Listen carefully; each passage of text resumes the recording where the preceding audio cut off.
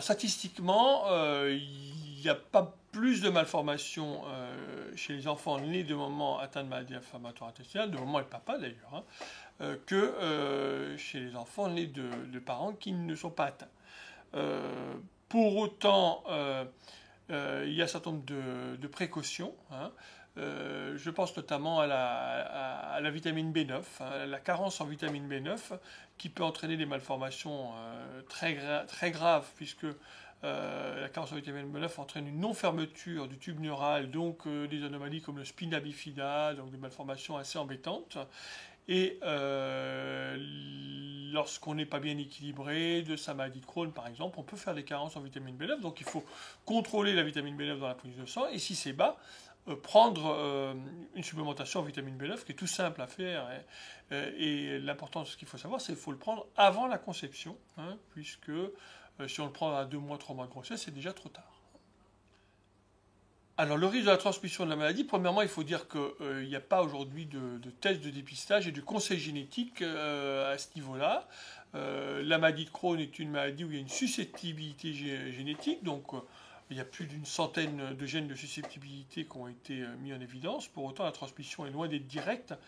Et certes, il faut avoir des gènes prédisposants, mais il faut également avoir les facteurs environnementaux. Et il n'est pas du tout certain qu'une maman ou des parents qui mettront au monde un enfant qui a une maladie inflammatoire intestinale s'ils l'ont, hein.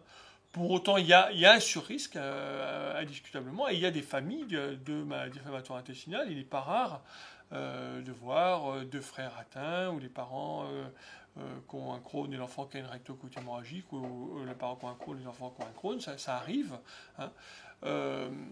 Voilà, je pense que ça ne doit pas, ça doit pas bloquer, je dirais, le fait d'avoir un enfant, hein, bien évidemment que non. Et si on veut chiffrer le surrisque, c'est difficile.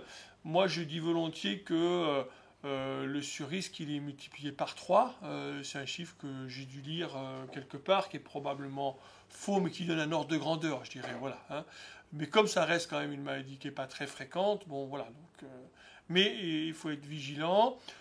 C'est pas pour ça qu'il faut faire une coloscopie dès que l'enfant a une diarrhée ou il a un peu mal au ventre, comme n'importe quel enfant. Et je dis souvent aux parents, soyez un peu plus vigilants sans en parler tous les jours. Et puis s'il y a des symptômes digestifs qui persistent chez l'enfant, etc., allez vite voir un gastropédiatre pour lui en parler et voir s'il est licite ou pas de faire un bilan pour diagnostiquer une éventuelle maladie inflammatoire. Alors pendant la grossesse, tout peut se voir. Il y a des femmes qui vont parfaitement bien et qui ont la maladie qui est parfaitement bien équilibrée. Et moi, j'ai des personnes qui m'ont dit, oh là là, depuis que je suis enceinte, j'ai jamais été aussi bien. Et puis, presque en rigolant, il faut que je retombe à nouveau enceinte pour être à nouveau en rémission. Dans certains cas, il n'y a rien qui change. La maladie reste pareille, elle ne bouge pas. Et puis, j'ai vu d'autres cas où, par exemple, des rectococques hémorragiques peu sévères qui s'aggravaient. Donc, tout est possible. Et on peut effectivement faire une rechute pendant une grossesse. C'est possible. Alors, est-ce qu'on peut allaiter sous traitement? C'est une question très difficile, presque un peu, une réponse un peu qui est variable en fonction des médecins. Alors, si on prend les différents traitements, sous 5-ASA, une posologie assez basse, il n'y a à mon avis aucun problème.